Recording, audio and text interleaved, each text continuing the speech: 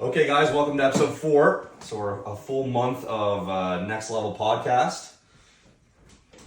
I'm your host, Jeremy Stone, and co-host Dylan Teeple. And today we have Megan Couturier, who is a local dietitian, who has just done her first meet as well. She's coached by someone who we'll hopefully have on the podcast soon, Matthew Gledhill. Shout out Matt. And Megan's here to talk to us about some diet topics. Would you like to introduce yourself, talk about maybe your background? Yeah, sure. So my name's Megan, and I've been a dietitian for about 2 years. I did my undergrad at Acadia University, did my internship in Nova Scotia as well, and I've basically worked in the private practice sector. And now my new role is working directly with athletes and even some high performance athletes at Cape Breton University. Oh, sick. So Yeah, because you just started that recently, right? yes, Cool. yes. Maybe you can shape us up too. Mm-hmm. So my first question, I kind of wanted to go through just some basic, some basics for just the major macronutrients. So from a fitness standpoint, what would be the significance of, and we'll go through all of them, but first of all, protein. So like what is the significance of protein for someone who goes to the gym? Yeah, that's a good question. So honestly, when you're someone who works out, I'm going to say protein is one of the most important macronutrients that you want to focus on, especially for my athletes when they're spending, 40, 60 minutes in the gym. You really want that protein to come back in after your workout and repair those muscles, right? I think a lot of people's goals in the gym are also to get stronger and, get bigger. And protein's going to help you do that. In terms of like how much you eat throughout the day, protein also helps regulate your blood sugars and your hunger and fullness, right? So it's a great thing to have with every single one of your meals and most of your snacks as well. Yeah, I feel like that's one of the first things that people, one of the easiest things that people can do to kind of increase what they're getting out of the gym is just protein intake. Because I feel like as soon as I start talking to someone about like their protein intake, they're like, oh yeah, like for breakfast I have a piece of toast, and then for lunch I have oatmeal, and then for supper I might have a little bit of chicken. I'm like, okay, easy, like let's start adding protein in. Yeah. And I know like you probably deal with the same thing a lot. See, like for me with protein, like I've been training for years. So protein obviously has always been like the biggest focus for like muscle gain and stuff, but it's not the most important thing. Like if you want to gain muscle, like protein is super important, but so are carbohydrates. Like for protein, all you really need to actually gain muscle, all you need is like 0.7 grams per pound of body weight, right? 0.65, 0.7 grams. And I personally only eat, like I weigh 230 pounds and I eat 0.6 grams of protein per pound of body weight. That's low. And I can gain muscle, no problem doing that.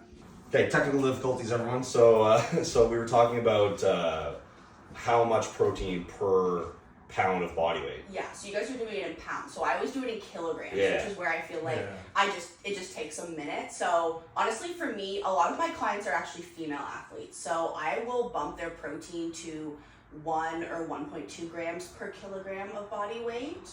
And that's typically because women have a harder time meeting their protein goals than men. Mm-hmm. And then it also takes women like longer to build up that muscle. Yeah. So like me personally, I do like 1.2 to 1.5 grams per kilogram. Yeah, so his recommendation of 0.7 grams per pound is 1.5. So that's on the higher end of what you'll start with. Yeah, the general population for like the Gen Pop recommendation, like no exercise, is like 0.8 grams per kilogram. Yeah. So that's for like... It's quite low. It's very, very low, right? Yeah, so as soon as someone starts exercising or they want to see that body composition change, it's a really easy like first step. Yeah. But then of course if you already have a lot of muscle, it's not necessary, right? Okay, let's talk about that. Yeah. Let's branch off into that. So the more muscular someone becomes, you're thinking that it's maybe even less important to have like a super high protein. Yeah, like I'm going to build off what Dylan said. Like if you're someone who already exercises and you have that, nutrition and training and that really good routine, and you're just looking to have other like performance indicators, then I would argue like carbohydrates are definitely going to come into play there more as well. Yeah. And then it also depends on like what kind of sport you're doing. That's true. So I feel like a lot of us do like the strength and power sports, but Yeah. there are definitely people out there who do more like endurance exercise, and for that population, carbs are going to outrank protein for sure. Oh yeah, Cool. Interesting. definitely. Yeah, because anything like where you're like doing like a long pace, like marathon running, it's cycling, things like that. Like back when I used to do track and field, like I did like long distance when I was like young.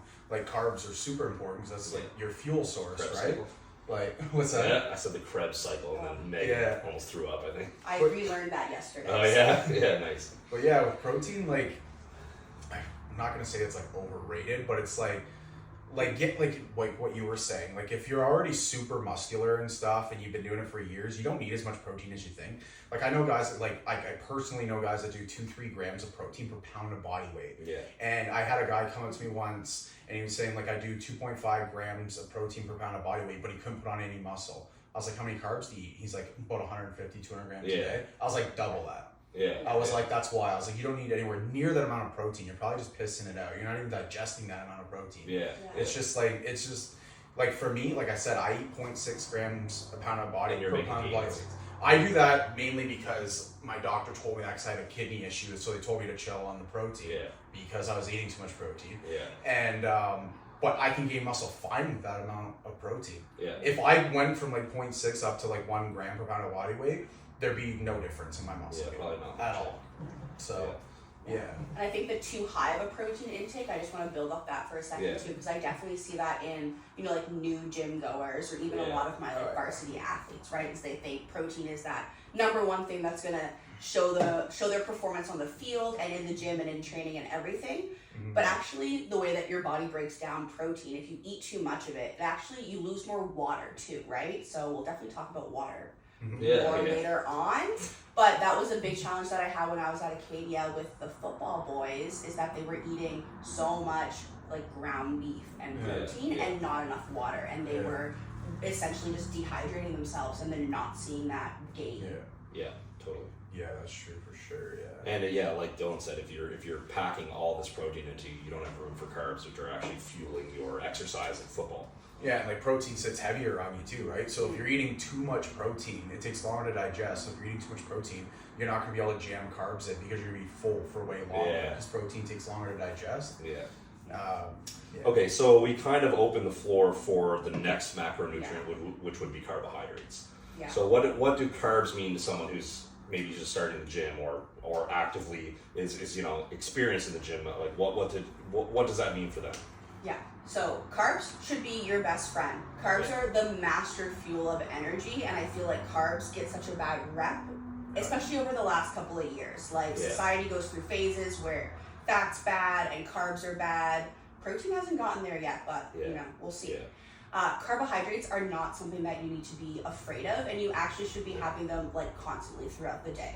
I think building off what we just kind of covered in protein, a lot of athletes aren't meeting their carbohydrate goals. It's definitely something that's going to be used as active energy during exercise, right? So I'm a big fan of like pre-exercise carbohydrate snacks. Okay, dextrose. I take dextrose powder pre workout, just literally straight dextrose, like 50 grams of carbs, and that and sodium together, and like that's a massive performance boost right there. I like to eat my food, so I'm just a big fan of like a piece of fruit, like I do I banana. do that too. Yeah. So like depends on what you have access to. I think part of me as like a dietitian with my training too is I'm always going to recommend food sources first, but I think the supplements are definitely a great way to bridge the gap, but then also like during exercise, right? Like I know a lot of us spend 2-3 plus hours at the gym. If you're at the gym for longer than 90 minutes, an hour and a half, you want to be having some sort of carbohydrate in there. So if like I bring fruit, Gatorade, I bring stuff to the gym with you'll me see all me the with time. my Fruit Loops, pretzels. Fruit Loops.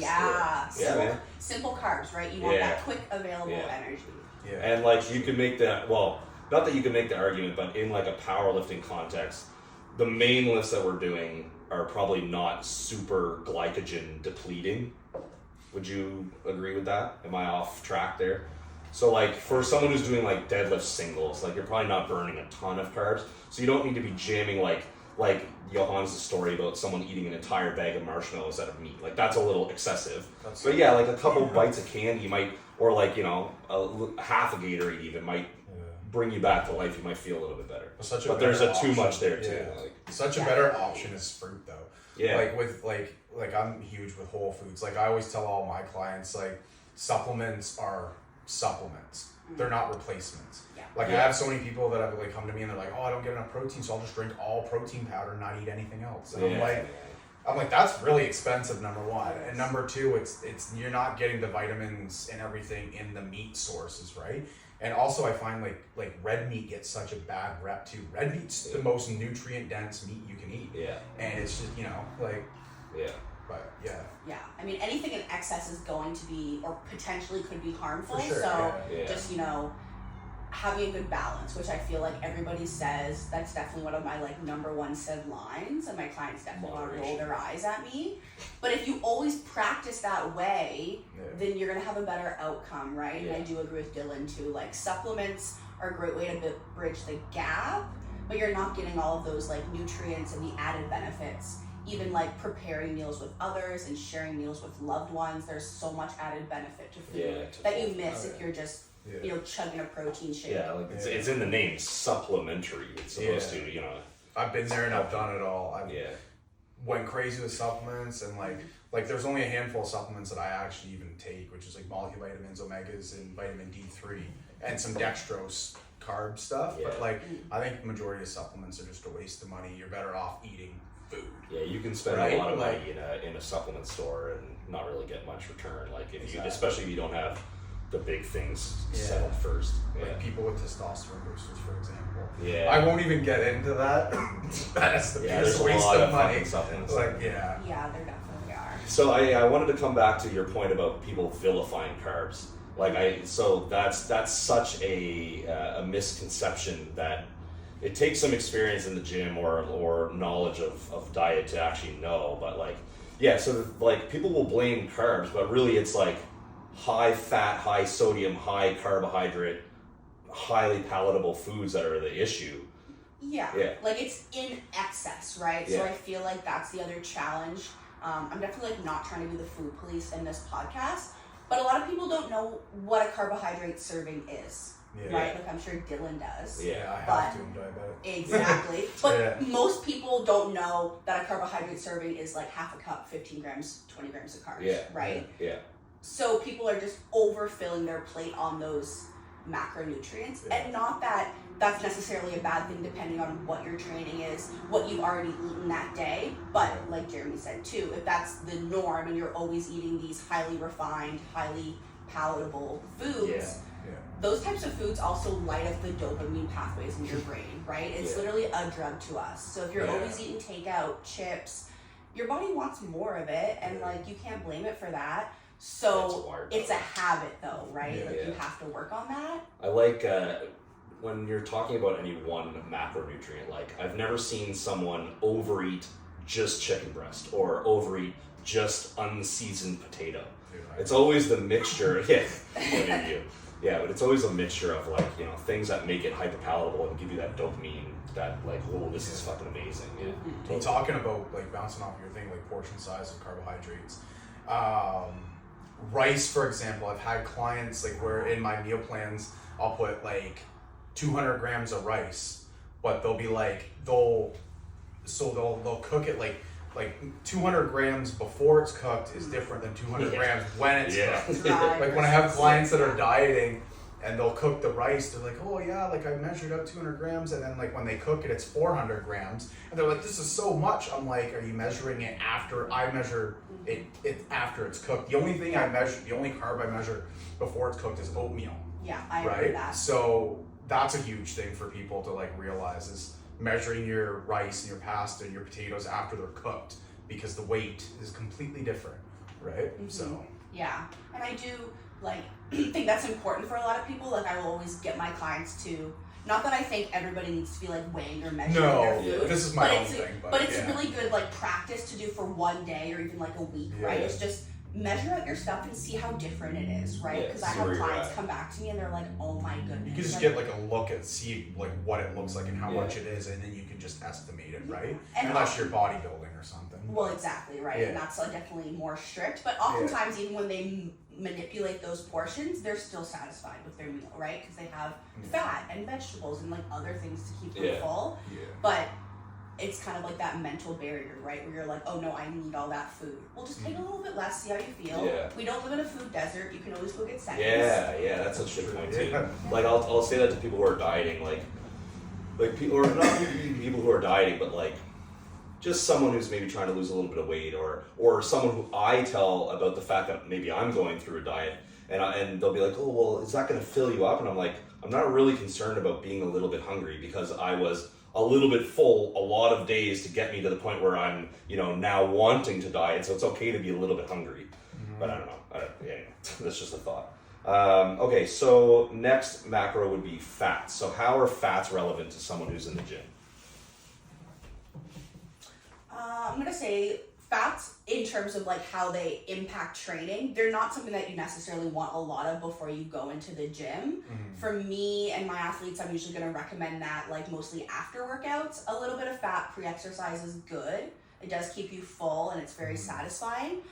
But sometimes fat can slow down how quick things empty into your intestines and your stomach. So Yeah. for people who have like GI issues or like stomach problems, you actually kind of want to watch that intake. And fat doesn't give you energy during exercise. Yeah. So carbs, like pre-exercise, are still going to be the best. But fat is going to be the one that you can definitely manipulate more, I'd say. And typically in my athletes, that's the one that I manipulate if they want body composition changes, right? Yeah. Switch to like a low-fat dairy product. Yep. Focus on like healthy fats too. Like I feel like fats get a bad rep. But Yeah. then when we dive deeper, there's actually like these two huge groups of fats. There's healthy and unhealthy, saturated, unsaturated. Yeah. So you still need fat in your diet, especially as like certain populations, right? As you're aging and growing, Yeah. hormone production, like healthy weight gain, all of that stuff's important. But I feel like fat is definitely something that, again, people can overeat really easily. Yeah.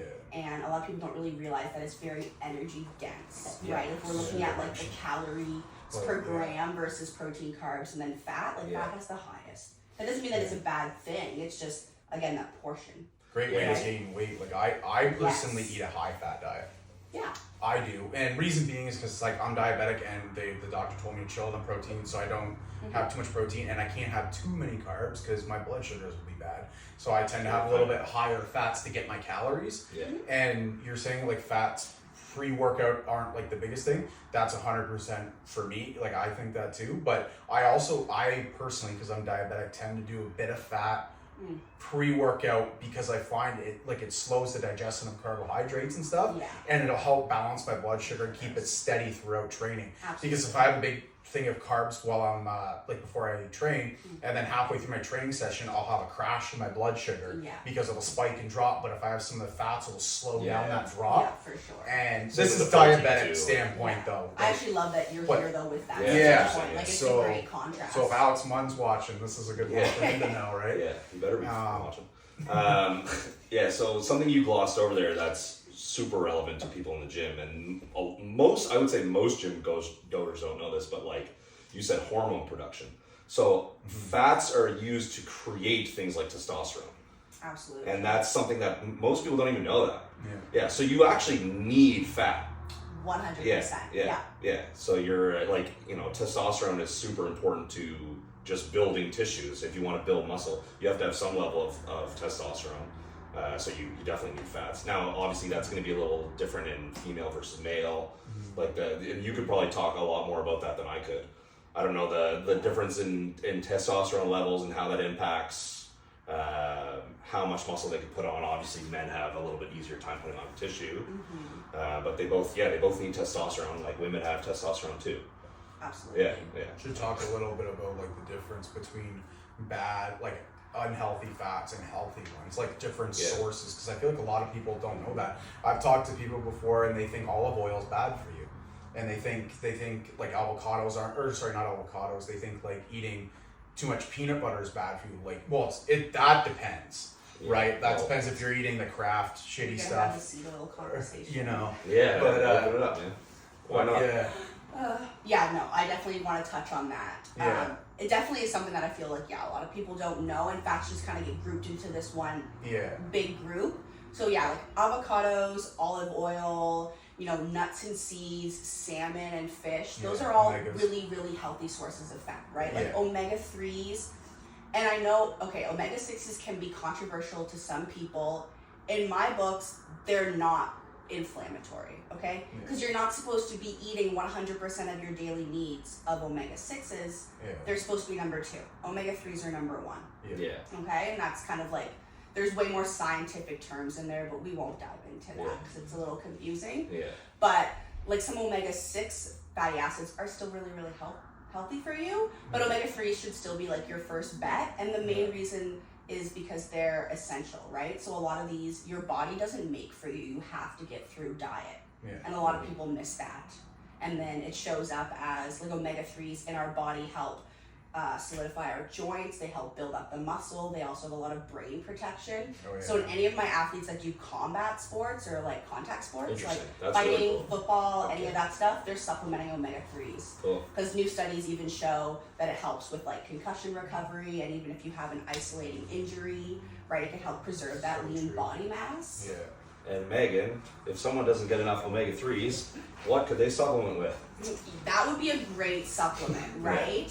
So Especially fish if you oil don't like pills. fish, like if you Yeah. don't eat fish twice a week, then yeah, you should probably Yeah. supplement with it. Yeah. And I feel like that's a really tough situation right now too. Like a lot of my clients talk about the cost of food, right? Fish is so expensive. So actually right now, for some people, an omega-3 supplement is actually cheaper than the food That's source, disgusting. which is tough, right? Like I'm Yeah. still a huge supporter of the food source Yeah. piece, I but do both. Yeah, I eat exactly. fish bowl 3 or 4 times a week, and like salmon. Like, well, you can get like everything's getting expensive, but like cheaper sources of fish is like tilapia is like some of the cheapest. yeah. And you can, canned tuna. yeah, that I don't like But you're tuna, not but gonna yeah, get Suck it up. yeah, I'm not a Yeah, huge fan, tuna's but yeah, there's different ways, like, and then like there's different ways you can dress up like the meats and stuff. But yeah, when shit's getting super expensive, I recommend tilapia because it's pretty cheap. Yeah. Salmon's my favorite, but of course salmon's like one of the most Had it. expensive, Right. right? Too bad. Yeah. But those whitefish aren't that high in The omega. whitefish aren't as high, and like those That's fatty what whitefish acids. is like- say, yeah. It's like yeah. the chicken breast of fish. Like Yeah. it's Right, like- very not nutrient dense really. Yeah, like, it will eventually like convert into those like Yeah. sources that we want, but the conversion rate isn't like 1-to-1, right? So you're Yeah. actually losing some in your body, Yeah. which is fine, but just in general, Yeah. Yeah. making So an good effort. supplement. Yeah. Yeah, so like even like nuts and seeds, right? Like Mhm. walnuts are a great source of omega-3s, like Brazil nuts, Eat almonds, those every day. all Brazil of those nuts things. are interesting because they have selenium, correct? Yeah. Yes. But selenium you can overdo. That's a kind of a deeper. Anyway, Yeah. yeah. So what I wanted to say was, like with omega-3 supplements, like that might seem scary or foreign or kind of a weird one that people don't know about, but like it's super accessible. You can get fish oil pills at your local grocery store. Just get it as part of your grocery bill, Yeah. your grocery order, and yeah, there's tons of benefits there for They're you. not too pricey depending No. on the brand. Like And you get tons of them. for- Costco's your best bet. That's where I get mine. You just get the big value. yeah, thing of them, perfect. you know, and- huge. That works good. But Okay, so we covered the 3 major macronutrients. We won't cover alcohol, I don't think. We can. But let's talk about, so another one that's super important on performance would be electrolytes. So electrolytes are not a macronutrient, but people hear that term thrown around, but most people don't know kind of the deeper side of electrolytes. They think Gatorade, or that's maybe all they know about electrolytes, you know what I mean? So can we talk a little bit about the different electrolytes, maybe what they do and how they help performance? Yeah, so kind of like the biggest electrolyte I would say is probably sodium. I Yeah. think most people would agree. Yeah. Sodium is definitely something that you lose in sweat. You lose, so all of these electrolytes are typically found like in your sweat when you exercise.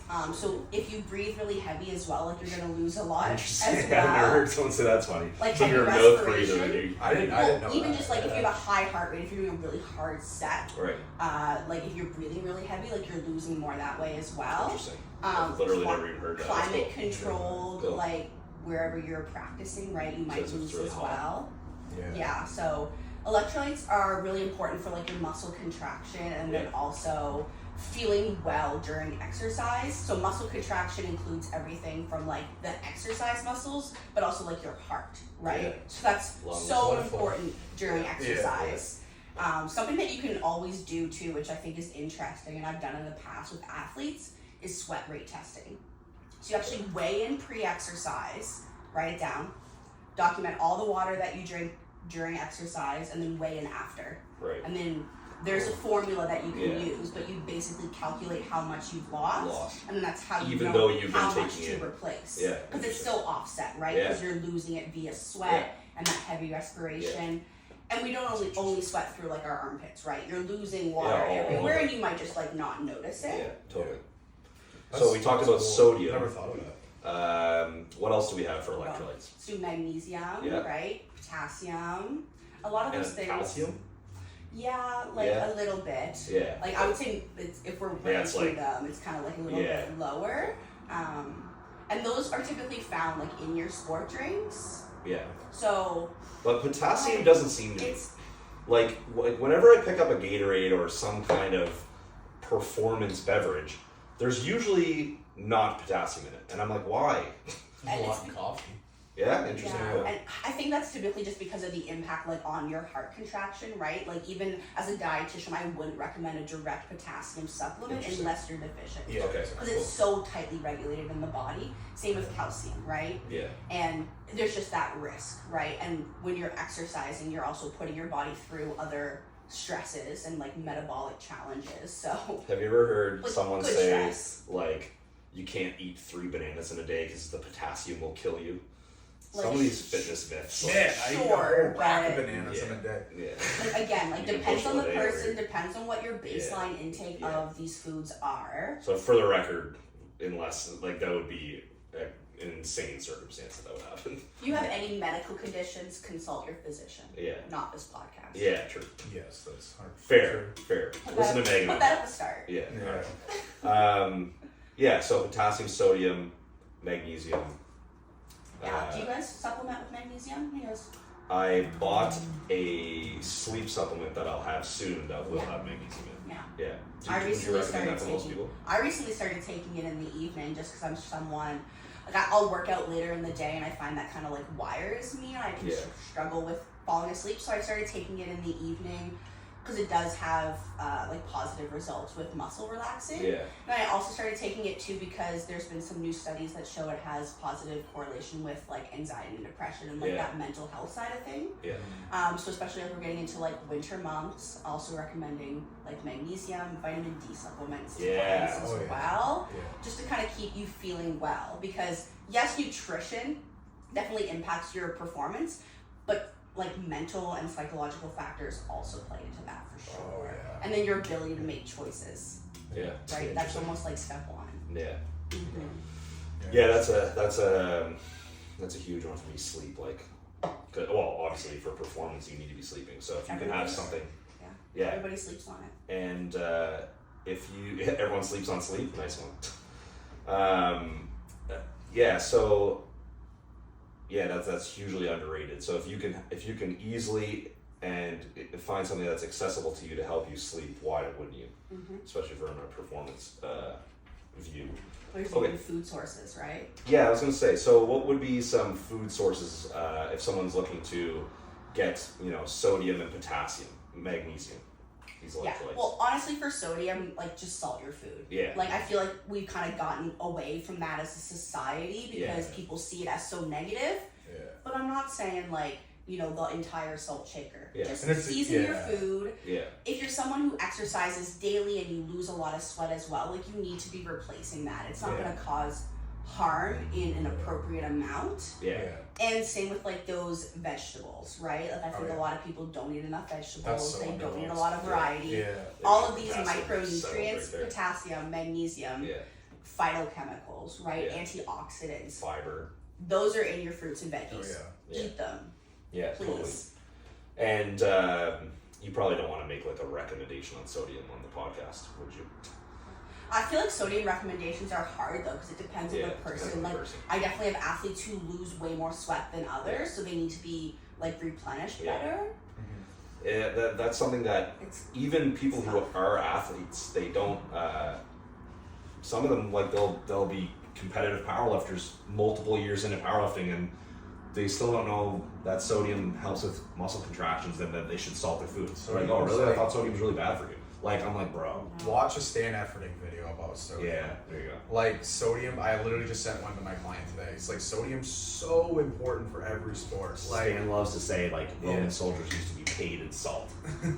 That's how valuable it is. like right? sodium's so important unless you have a medical condition. So like for me, like not diabetes, but like I have a bit of a kidney issue. So I keep my sodium about 2,300 milligrams and under per day. Right. So, and I'll structure most of my sodium pre-workout so I can get the advantage of it for muscle contractions and blood flow in the gym. But other than that, like, yeah, sodium's your best friend for training, honestly. Yeah. That and water, obviously. But unless you have like, if you have high blood pressure, then obviously don't jack a bunch of sodium. If you have heart problems and stuff, don't. Kidney problems, then don't. Also, but other than that, you're fine. talk to your doctor. Yeah. Don't listen to our podcast. Yeah, I'm not a doctor. I'm not Number doctor. two. No doctor yet. Yeah. No, I'm kidding. Okay, so that's electrolytes I would say covered. So for anyone out there, there's 3 major macronutrients, and there is a 4th one, alcohol. Probably not great most of the time. Would you like to talk about alcohol at all? How would you like?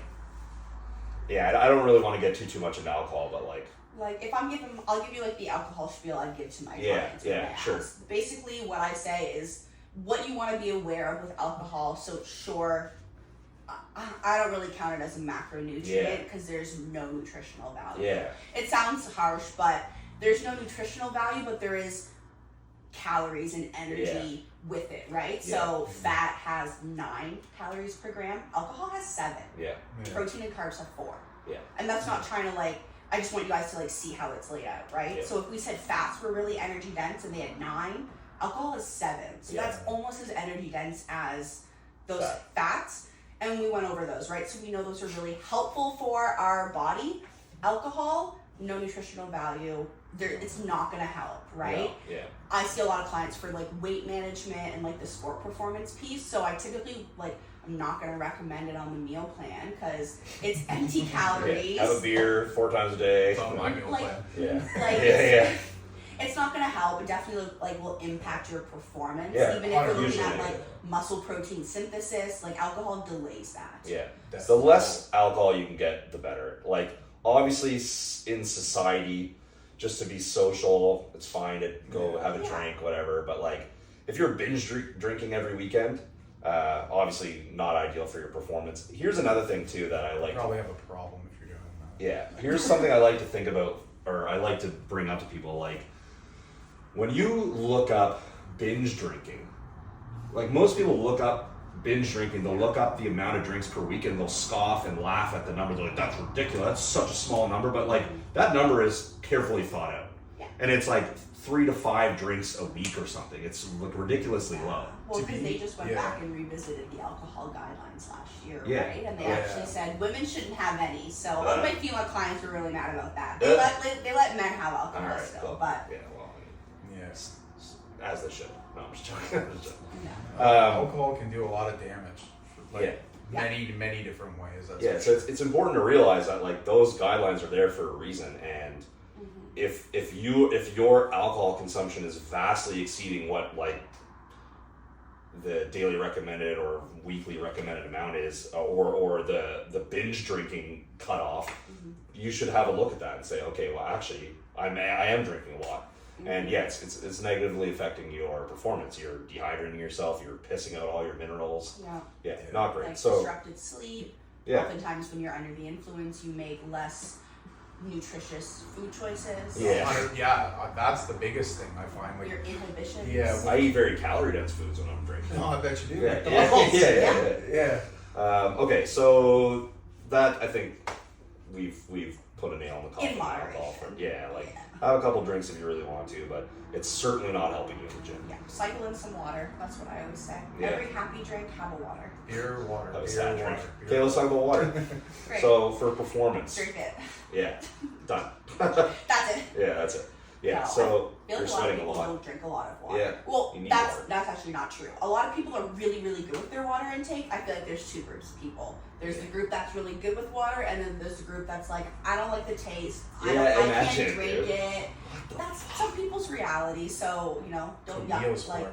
that's exactly. So Oh. I know some people don't necessarily agree with like adding flavor to your water. Me personally, like I don't care if clients use Neo or Yeah, like that's any okay. of that stuff to flavor their water. Although- I mean, like I do it. You can also use like fruit or lemon and lime, Yeah. but you should be drinking like 3 to 4 liters of water a day. Especially What if about you're carbonated exercising. water? Because it's closer to soda, but it's still water. It's still you getting that like.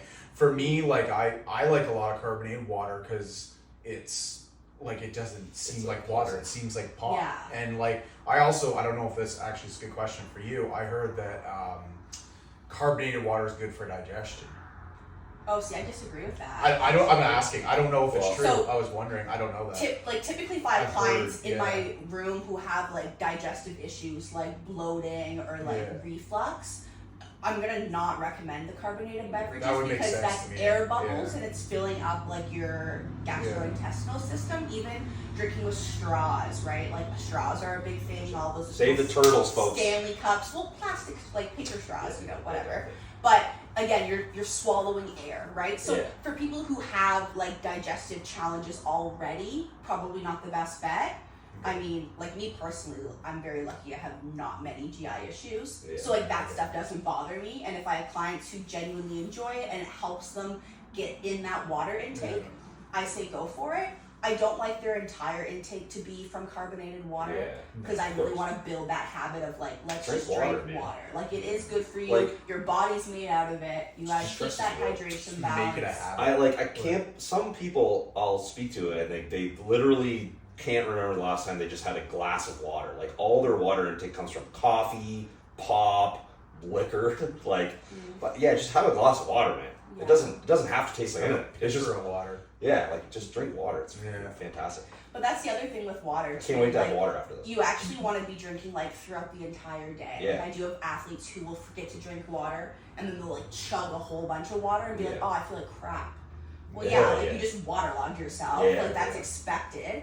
So, yeah, if you're someone who doesn't drink a lot of water, start small. Like if you drink like 4 or 5 coffees a day, kick one of those out, add in a glass of Yeah. water. I You try know? to have a glass of water before I exit my bed in the morning. Yeah, I'll have exactly. a glass of water. Keep it by your bedside Yeah. table. First have thing a I do in the bottle. morning, boom, and then I'm out of bed. There you go. Yeah, I've already had 2 liters today.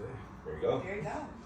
There we all go. I drink about 4 or 5 liters a day. I drink quite a bit too. Yeah, like get a water bottle, bring it with you. Like Yeah. everyone should have Just that make it a emotional habit, like, support make me water thirsty. bottle. Yeah, like even when you're not thirsty, just have a bottle with you. Around. I was talking to one of my clients yesterday about this. I was like, he wasn't drinking enough water at work. I was like, just literally leave a bottle on your desk and just Yeah. drink. Like You'd be for me, surprised, like, it's how just a often you habit, reach for right? it. Like I'm just like this. I'm not Yeah. even thirsty. Yeah. It's a habit. But when it's Right. available to you, you'd be surprised how often you reach for it. Yeah, Yeah. exactly. And But- thirst is a symptom of dehydration. So Yeah. if you're Oh, yeah. thirsty, you're already Yeah, I'm already dehydrated. dehydrated. Yeah, and the color of your urine too can. That's a great. That's Tell ya. also very true though. That's a Yeah, great way to yeah. test it at home. Yeah. You should be have pale, almost clear pee, literally. but not clear.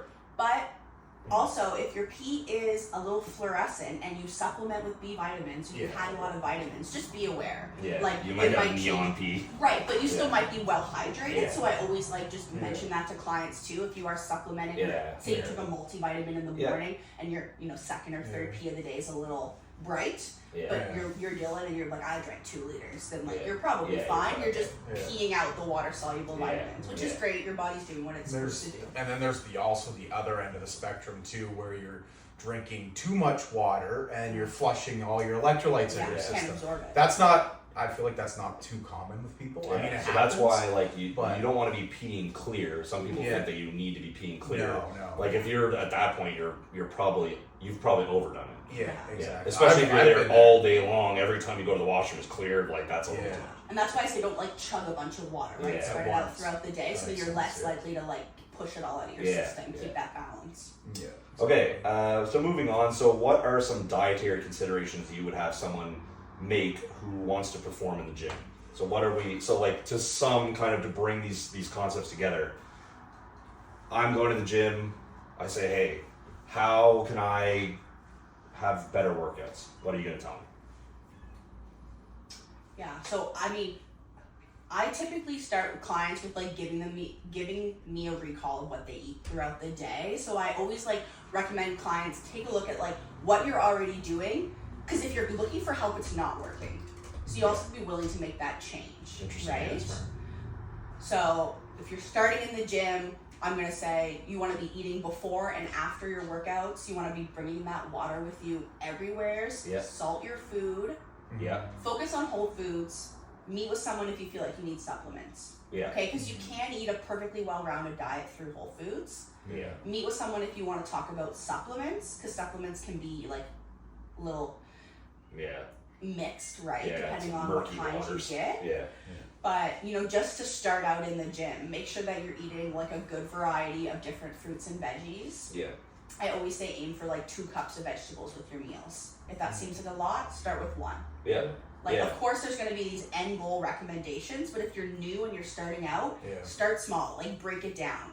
That's something that I always do with my clients is like just make it easy, right? If water's the challenge, okay, where can we add in one One, extra yeah. glass instead of a liter, Yeah. right? That's something too. Like people put a lot of pressure on themselves when they maybe do go to see you or they go to see us, Yeah. and they want to start training. They want to get into better shape. They think that they need to do everything all at once, but it's like every little habit builds on other little habits. So pick one thing, add that in, do that better for a month, and then add another thing. So like if 2 cups of veggies seems difficult, add 1. Do 1 for a month. Then you're saying, okay, I've got this down. I'm always eating 1 cup of veggies with my meals now.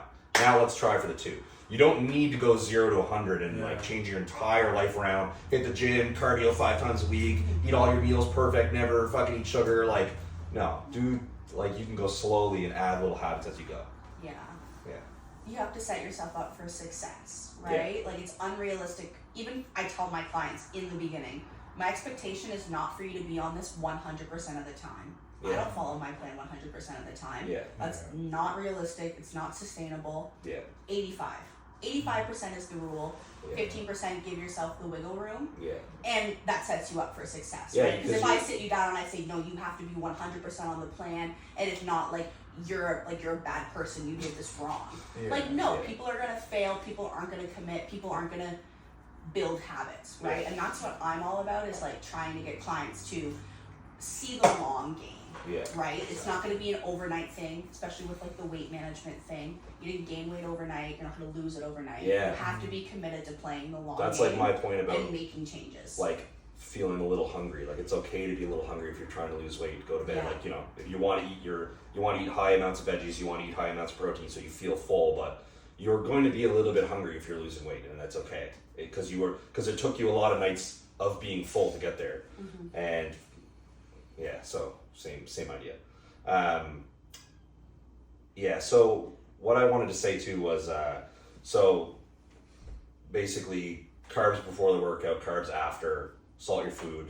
Those are probably getting you there. yeah. Yeah. Your big goals like gaining muscle, like dose some nice protein post exercise. Like Yeah. you're not already doing that. Yeah, I No. forgot my train of thought. Sorry. Okay, so what are some supplements you'd recommend to someone starting their fitness journey? Yeah. Again, dependent, I guess, on the person. Well, like to start, I'm always gonna say like recommend the whole food piece, right? Yeah. And like everybody's gonna be different in what supplements they necessarily need. I feel like I'm gonna answer it with like the most common ones that people probably are on or take. Yeah. Like I think a lot of people take a protein supplement. I personally do. I don't think there's anything wrong with that because Yeah. it can be hard to like meet those goals. Yeah.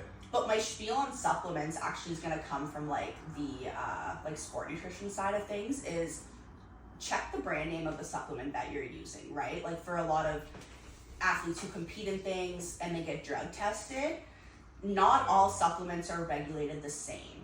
In Canada, supplements are regulated as food, not drug. So the hoops that they have to jump through are a little bit different. So I always say to my athletes, you want to look for an informed choice check mark on your supplements, no matter what you're getting. Like especially sports supplements, not dietary supplements. Like Rivalus is a good one. Rivalus is a great brand. Because me coming from a football standpoint, when I used to play Yeah. at SMU, they basically steered us towards only Rivalus because there's zero banned substances. That's what I use at Acadia too. It's approved by whatever that place. What's it WADA. called? What's called WADA? Yeah, that's it. You wouldn't know much about that. But yeah. Neither way. Okay, hit me with it. Yeah, so protein. Yeah, so protein, I think a lot of people like take creatine, and I feel like that one kind of like comes and goes, and like the recommendations on how to take that supplement have certainly changed. Yeah. Like, do you guys have clients that take that? I take do you do a protein. loading phase, or do No. you just like start taking it? To me, it's a lifelong thing, so Yeah. I don't see the need to. The loading to load phase doesn't do anything. Well, it does Like- saturate you faster. That's It's not it. necessary. Yeah, it's not necessary. It's not anything you're Right. gonna notice. No, but Like, yeah, so like it Yeah. does work at doing what people say it does. It gets it into your system faster, but Yeah.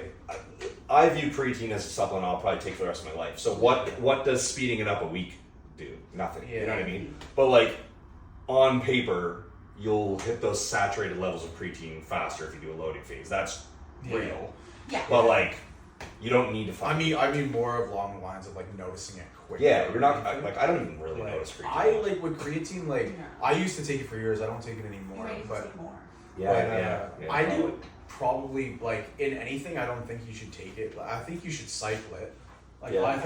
personally, I think that like with protein, you don't need to cycle because it's just protein, right? But Yeah. like I find with creatine, like I don't know, like when I used to take it, I do like 8-12 weeks on, and then I come off for 8-12 weeks. It's not a steroid cycle or anything, No, but it's like it's in the food you eat. it is. It's in red Yes, meat mainly. But like right? not But- high enough that yeah, you that's the ever thing, see right? a sport performance. But I Yeah, do yeah. like second Dylan for Yeah. the cycling on and Yeah, off. yeah. Especially like if I have any like younger athletes.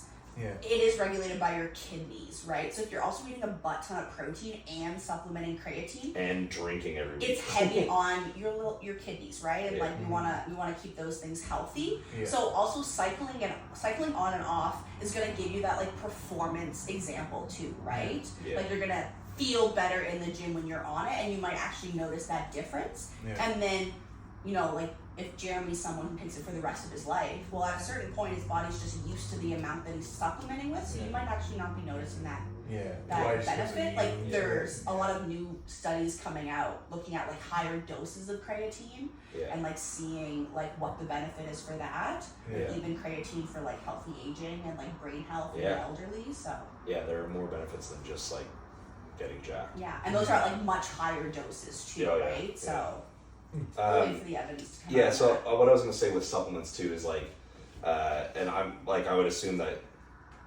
you'll say the same thing is that like even if you are keeping all your ducks in a row in terms of diet, and you have you're mixing you're eating different sources of veggies that you're cycling through and fruits, like even someone who eats immaculate, like they can still be missing things. So that's why it's important to do your blood work, and even if you do have all these things kind of down, you're still probably missing little things here and there. Like it's hard to have a perfect micronutrient profile from whole foods. Like you can definitely yeah. Vitamin D3 is a huge one though. Yeah. Because like if you really like just think about it, right? Like in the summer, you probably don't need to supplement as much vitamin D3 if you're out in the sun. Yeah. But if you're inside in the winter, you should probably supplement it because you're not in the sun as much. So like I actually read a study that I can't remember the exact number, but like a lot more people than you think are deficient in vitamin D. I don't know. yeah. You would probably know more about that than me. Yeah, I totally But- agree with that. Especially like where we live, like in Yeah. North Yeah. America. Like all of my clients in the winter, I'm like, you need to be taking a vitamin D supplement. You can even like bump it up a little bit as well, Yeah. especially like as your body size increases, right? Yeah. Like that's always something that you want to watch. With the recommendations is like they're based off body weight, so it's like Yeah. titrate that up to what's going to be relevant Yeah. for you. Yeah. But yeah, for a vitamin D supplement, you always want to get like a D3 over a D2 as well. Yeah. Yeah, like I did. I nerded out one time, and I went and got the recommendations for vitamin D. I found the body weight that was based off. I found the percentage of that weight to my weight, and then I upped the amount for that percentage. Yeah. So like, yeah, so if the daily recommended is 4,000 IUs, I think is the measurement for vitamin D, or is it mg? I don't know. It's IU. It's No, IUs. IUs, yeah. Yeah, so I personally, this is not a recommendation, but I personally take 4 to 6 in the summer, and then as soon as it goes out of summer, so spring, fall, winter, I'm up to 6, 8. Yeah. Because I'm larger, right? Like I'm 240 pounds. I'm not a Gen Pop 160 pound man.